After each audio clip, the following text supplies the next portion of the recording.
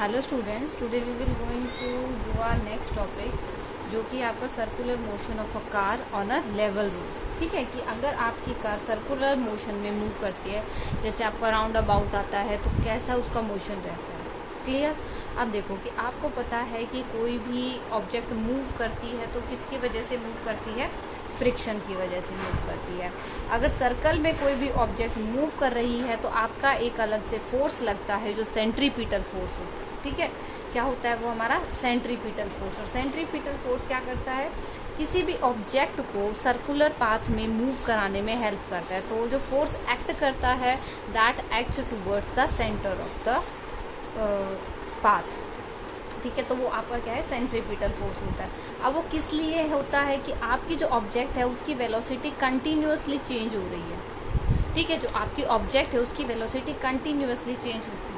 तो उस continuous changing velocity की वजह से हमारा, अब वो चेंज कैसे हो रही है, क्योंकि उसका डायरेक्शन चेंज हो रहा है। आपको पता है वेलोसिटी क्या है, आपकी वेक्टर क्वांटिटी है। मैग्नीट्यूड अगर सेम रहता है तो डायरेक्शन चेंज होता है, और डायरेक्शन चेंज होने की वजह से क्या है, वो आपका वेक्टर क्वांटिटी बन जाती है। तो जो आपकी वेलोसिटी है वो कंटिन्यूअसली चेंज हो रही है आपकी, जब आपकी ऑब्जेक्ट जो है वो सर्कुलर मोशन में जा रही है। ठीक है, तो उसका जो फॉर्मूला होता है सेंट्रीपिटल का एक्सेलरेशन का, तो वो होता है हमारा एक्सेलरेशन इक्वल्स टू v²/r। ठीक है, क्या होता है सेंट्रीपिटल एक्सेलरेशन का, v²/r। और r क्या होता है आपका सर्कुलर। तो r क्या है आपका वेलोसिटी, आर ओमेगा। रेडियस, क्योंकि आप क्या सर्कल की बात कर रहे हैं, एंगुलर वेलोसिटी से की बात कर रहे हैं, तो लीनियर वेलोसिटी क्या है, r into angular velocity. Clear. और जो फोर्स होता है आपका, फोर्स क्या होता है, मास इंटू एक्सेलरेशन। और एक्सेलरेशन क्या है आपका इस कंडीशन में, v²/r। ठीक है, तो आपका फोर्स का फॉर्मूला होता है सेंट्रीपिटल mv²/r। क्लियर।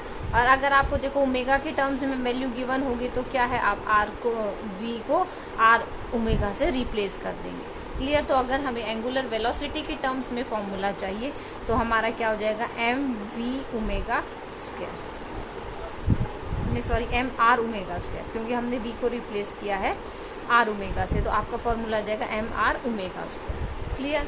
अब देखो अगर हम बेंडिंग की बात करते हैं, या आपकी जो कोई भी ऑब्जेक्ट है वो सर्कुलर पाथ पर मूव करती है, तो उस कंडीशन में क्या होगा। सपोज आपकी कार है, हम पहले कार का केस डिस्कस करेंगे, उसके बाद बेंडिंग ऑफ अ साइकिलिस्ट का केस डिस्कस करेंगे। अगर आपकी कार है, ठीक है, तो आपकी कार अगर आप मूव करा रहे हैं तो आप देखिए कार के क्या है, 2 टायर्स होते हैं।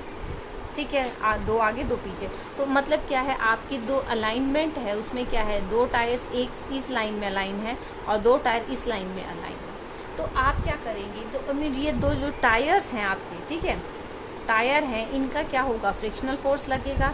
अगर ये कार आपकी सर्कुलर मोशन में मूव कर रही है तो फ्रिक्शन क्या है, इस टायर की वजह से भी लगेगा और इस टायर की वजह से भी लगेगा, दोनों टायर्स की वजह से क्या है, फ्रिक्शनल फोर्स होगा। अब वो फ्रिक्शनल फोर्स किधर एक्ट करेगा, आपका सेंट्रीपिटल फोर्स है, और यहाँ पर क्या है, frictional force will act as a centripetal force. तो किधर एक्ट करेगा, inward towards the centre of the circle. तो ये क्या है, अगर आपका F1 है और इस टायर की वजह से F2 है, तो दोनों क्या है आपके इनवर्ड डायरेक्शन में एक्ट करेंगे फोर्सेस। अब आपकी ऑब्जेक्ट है, अब जो ऑब्जेक्ट उसकी वजह से क्या है, मास है आपका, तो इसका वेट क्या होगा, mg। अब इस वेट का नॉर्मल रिएक्शन आपको पता है कि आपके पास,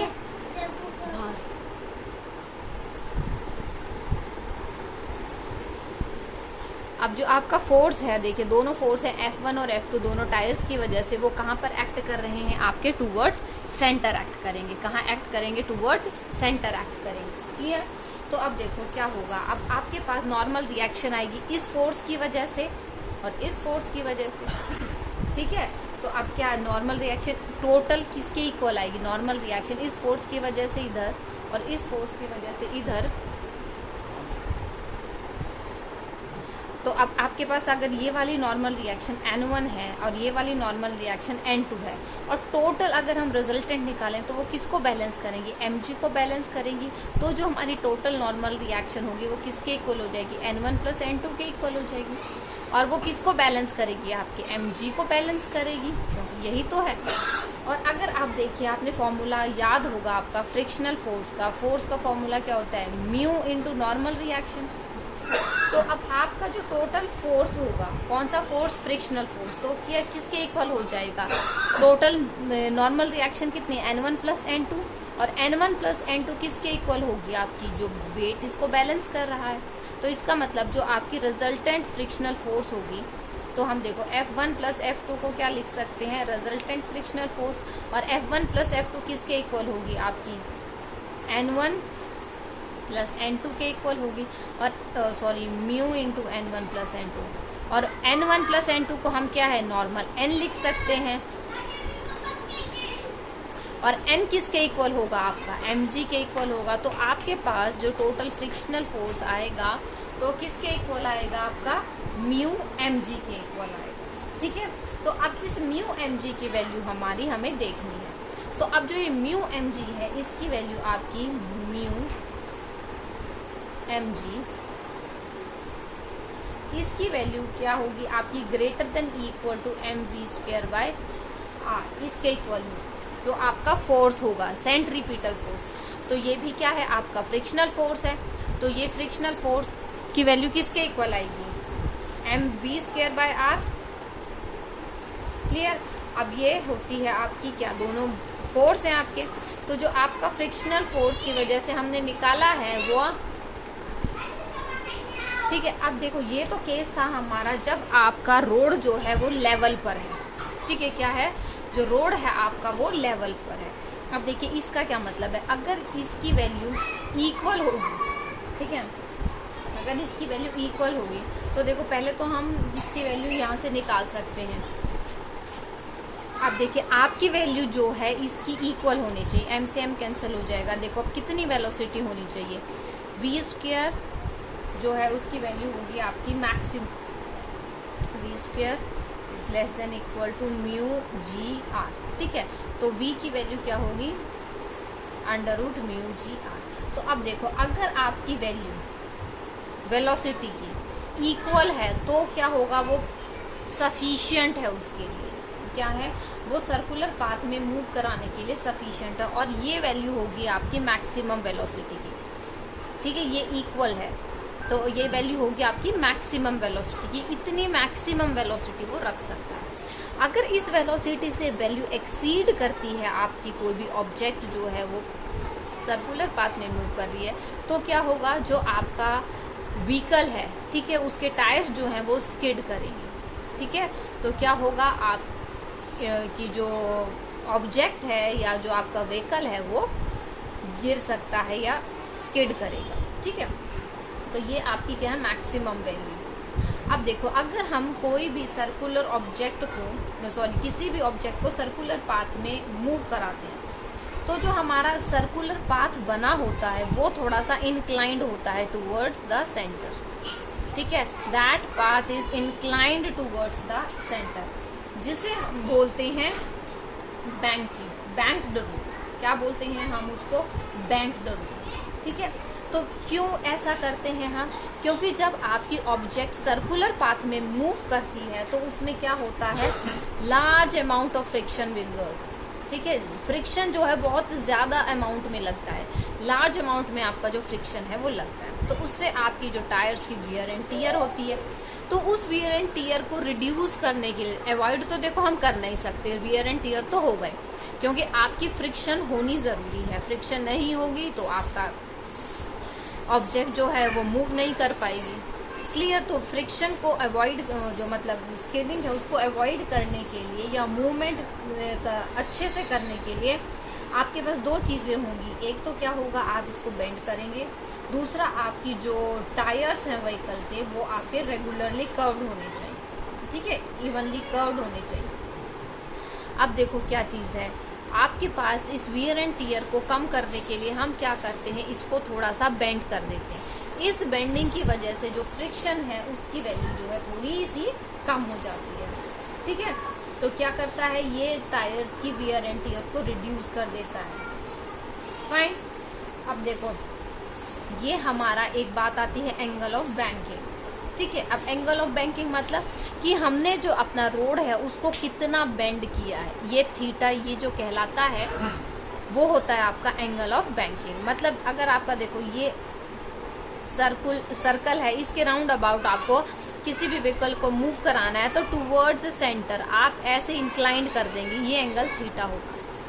ठीक है, इसे बोलते हैं हम एंगल ऑफ बैंकिंग। क्या बोलते हैं हम इसको? Angle of banking. अब देखो अगर कोई भी ऑब्जेक्ट है, सपोज ये आपकी ऑब्जेक्ट है, तो अब क्या होगा, इसका mg इधर एक्ट करेगा, mg इधर एक्ट करेगा, इसका नॉर्मल रिएक्शन किधर एक्ट करेगा, इस डायरेक्शन में एक्ट करेगा। तो अब देखो हमें क्या करना पड़ेगा, अगर हमें इस mg से इस डायरेक्शन में बैलेंस कराना है तो हमें क्या करना पड़ेगा, नॉर्मल रिएक्शन के कंपोनेंट करने पड़े। क्या करना पड़ेगा हमें? नॉर्मल रिएक्शन के कंपोनेंट करने पड़ेंगे। तो अब देखो अगर हम नॉर्मल रिएक्शन के कंपोनेंट करते हैं तो देखो एक तो यहाँ से हो जाएगा आपका एंगल बनेगा आपका, देखो किधर, थीटा, इधर बन जाएगा आपका एंगल थीटा, क्योंकि देखो ये पैरेलल है। ठीक है, ये लाइन पैरेलल है, क्लियर। अब देखो क्या होगा हमारा, ये एंगल थीटा आएगा। वो थीटा कैसे आएगा, ये जो ध्यान से समझना। देखो ये आपकी पैरेलल लाइंस हैं, ठीक है, ये एक्सिस है आपकी, ये वाली एक्सिस है और ये वाली एक्सिस है। ये देखो इसको, ये वाली एक्सिस है और ये वाली एक्सिस है, हमें ये वाला एंगल देखना है, क्लियर। अब देखो यहाँ से आपका रोड जो है वो बेंड है इस तरीके से, ये एंगल है थीटा, फाइन। अब देखो ये हमारा 90 डिग्री का एंगल है, तो ये हमारा क्या हो जाएगा, 90 माइनस थीटा हो जाएगा, क्लियर। क्या हो जाएगा, ये हमारा 90 माइनस थीटा हो जाएगा। अब अगर हम इसके परपेंडिकुलर लाइन ड्रॉ करते हैं यहाँ से, क्योंकि क्या है, ये जो लाइन ड्रॉ करेंगे हम यहाँ पर, ये क्या है, इसके परपेंडिकुलर ही तो आएगी, ये जो नॉर्मल रिएक्शन है परपेंडिकुलर होगा। तो ये क्या है, नॉर्मल रिएक्शन है, ये इसके क्या होगा, इस इंक्लाइंड के परपेंडिकुलर होगा। अब ये इस इंक्लाइंड के अगर परपेंडिकुलर है तो अब ये एंगल 90 का हो जाएगा। अब ये एंगल 90 है तो, और ये 90 माइनस थीटा है, तो ये एंगल क्या हो जाएगा, थीटा हो जाएगा। और ये क्या है, इसका वर्टिकली अपोजिट एंगल है, तो ये भी क्या हो जाएगा, थीटा हो जाएगा, क्लियर। तो अब देखो हमें इस नॉर्मल रिएक्शन के कंपोनेंट करने हैं, तो इस डायरेक्शन में क्या आ जाएगा आपका n cos थीटा, और इस डायरेक्शन में क्या आ जाएगा आपका n sin थीटा। ये तो हो गए हमारे कंपोनेंट किसके, नॉर्मल रिएक्शन, ठीक है। दूसरा हमें करने पड़ेंगे क्या, आप कब देखो, अब टायर की वजह से फ्रिक्शनल फोर्स लगेगा। अब वो फ्रिक्शनल फोर्स किस तरफ लगेगा, इनवर्ड। तो अब क्या है, इनवर्ड अगर इधर लगेगा तो हमें क्या, उसके भी कंपोनेंट्स करने पड़ेंगे। तो अगर आपका ये फ्रिक्शनल फोर्स है तो हमें क्या, उसके भी कंपोनेंट्स करने पड़ेंगे। अब ये एंगल थीटा है, ये पैरेलल है, तो ये एंगल भी तो थीटा हो जाएगा आपका, ठीक है, ये एंगल थीटा हो जाएगा आपका। तो इसका इधर कंपोनेंट क्या आ जाएगा आपका, फ्रिक्शनल फोर्स का कंपोनेंट cos थीटा, क्योंकि ये एंगल थीटा है, और इधर क्या आ जाएगा, f sin थीटा। ये कंपोनेंट्स आ गए आपके। अब हमें क्या करना है, इन सब चीज़ों को कंबाइन करना है, ठीक है। क्या करना है, हमें इनको बैलेंस करना है, क्लियर। अब देखो बैलेंस कैसे करेंगे हम इनको,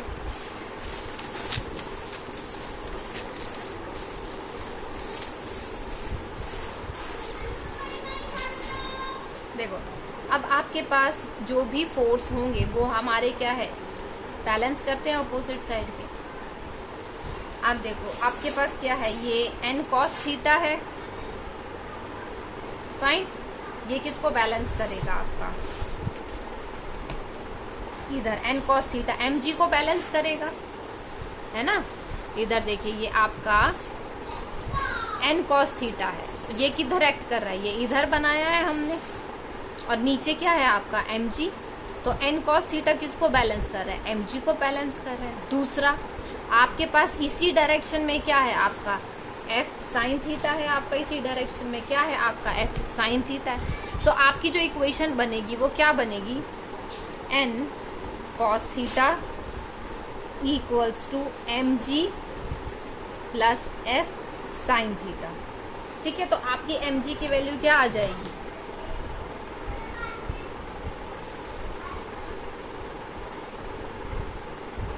n cos theta minus f sin theta. ये इक्वेशन आ गई है आपकी, ठीक है। अब देखो दूसरा क्या है, आपका सेंटर की तरफ लगता है आपका सेंट्रीपिटल फोर्स, जिसकी वैल्यू होती है mv²/r। अब सेंट्रीपिटल फोर्स किधर लगेगा, टूवर्ड्स द सेंटर, और सेंटर की तरफ कौन से फोर्सेस लग रहे हैं आपके, F cos थीटा। ठीक है, कौन से फोर्स लग रहे हैं, देखो सेंट्रीपिटल फोर्स लगता है आपका टूवर्ड्स द सेंटर। ठीक है, क्या होता है टूवर्ड्स द सेंटर, उसकी वैल्यू होती है mv²/r। अब देखो mv²/r को आप किसके इक्वल रखेंगे, एक तो आपका सेंटर की तरफ कौन सा कंपोनेंट लग रहा है फोर्स का, अब वो कौन सा है, F cos थीटा। दूसरा किसका कंपोनेंट है, आपका नॉर्मल रिएक्शन का। नॉर्मल रिएक्शन का कौन सा कंपोनेंट है जो आपका सेंटर की तरफ लग रहा है, n sin थीटा। क्या है आपका, n sin theta plus n sin theta. अब आपके पास क्या है, दो इक्वेशंस आ जाएंगी। ठीक है, दो इक्वेशंस आ गई हैं ये आपकी। अब क्या करेंगे, आप इन दोनों इक्वेशंस को डिवाइड कर लेंगे। एक तो ये इक्वेशन आई है और एक ये इक्वेशन आई है।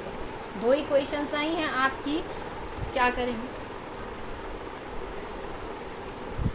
इक्वेशन 1 डिवाइडेड बाय इक्वेशन 2, ठीक है, या इक्वेशन 2 डिवाइडेड बाय इक्वेशन 1। तो उसी वजह से आपको जो भी वैल्यू चाहिए हम उसके अकॉर्डिंगली उसको कैलकुलेट कर देंगे। ठीक है, हमें निकालनी है वेलोसिटी, तो आप उसके अकॉर्डिंग देख लो।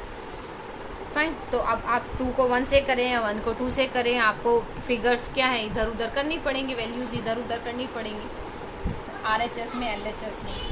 ठीक है, तो अब देखो क्या होगा,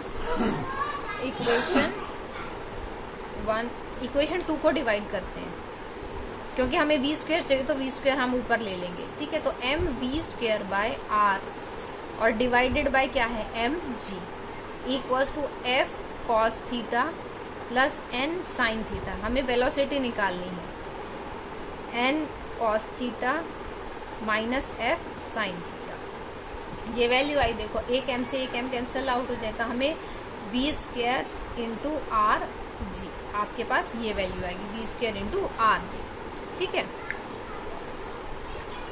v² into R G value आ गया। अब ये किसके इक्वल आएगी आपकी, आप देखो यहाँ से अगर हमें एक एंगल चाहिए, ठीक है, यहाँ पे साइन है कॉस है, तो हम इसको में क्या है कॉस एलिमिनेट कर दें, टेन की फॉर्म में आ जाएगा। कॉस एलिमिनेट करें, या हम बोले कॉस कॉमन ले ले, या हम बोले कॉस से न्यूमिनेटर डिनोमिनेटर को डिवाइड कर दें, एक ही बात है।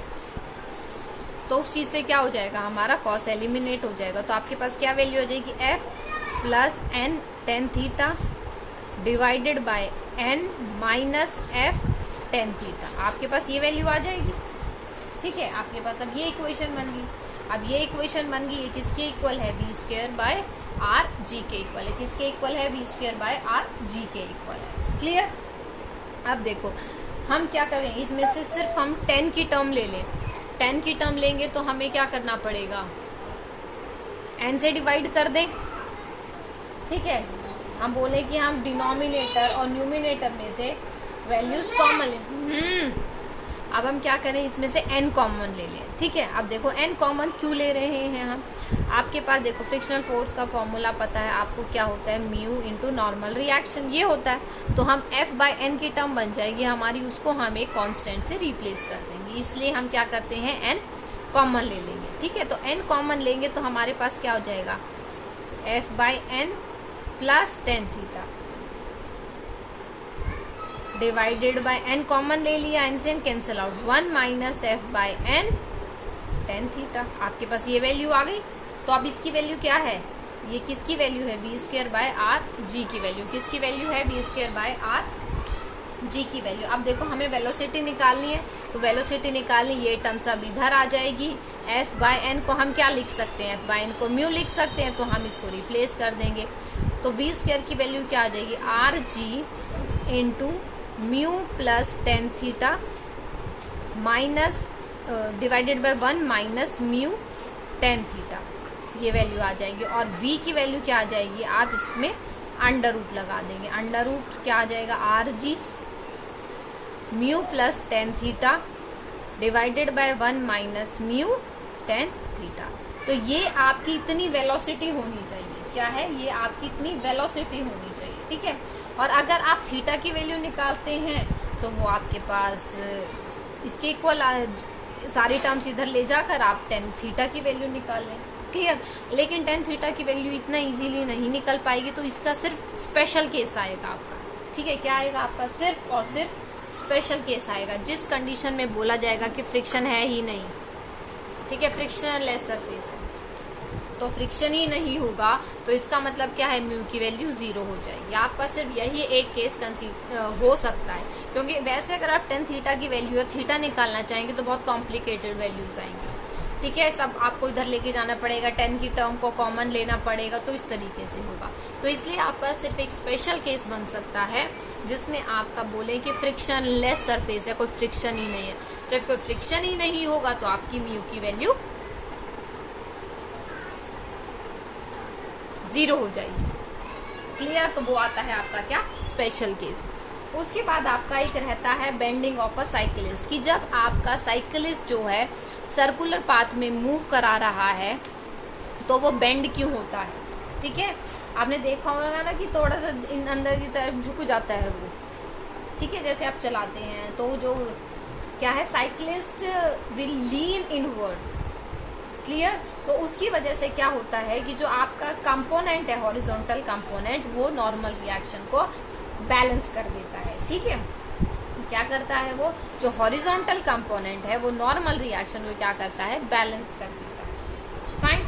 अब देखो जो हॉरिजॉन्टल कंपोनेंट है, जो आपका साइकिलिस्ट है, वो अगर बेंड होता है, ठीक है, सपोज ये आपका सर्कल है और साइकिलिस्ट इधर ऐसे बेंड हो गया, ये आपका साइकिलिस्ट है, ठीक है। तो अभी देखिए हमने सब वैल्यूज कैलकुलेट की है, फाइन। तो आप देखो इधर की तरफ आपका एंगल थीटा बन रहा था, तो इधर अगर नॉर्मल रिएक्शन है तो इधर आ जाएगा आपका आर कॉस थीटा, ठीक है। और इधर आपका इसका कंपोनेंट आ जाएगा आर साइन थीटा, ठीक है। और डाउनवर्ड डायरेक्शन में क्या लगेगा आपका mg। तो आप देखो वेट को क्या कौन सा बैलेंस कर रहा है, आर कॉस थीटा बैलेंस कर रहा है, ठीक है। और सेंट्रीपिटल फोर्स को कौन सा बैलेंस करेगा, आर साइन थीटा। तो हम ये आपका है बेंडिंग ऑफ साइकिलिस्ट, ठीक है। तो आपका m v square by r, ये क्या है, सेंट्रीपिटल फोर्स, इसको क्या बैलेंस कर रहा है, आर साइन थीटा बैलेंस कर रहा है।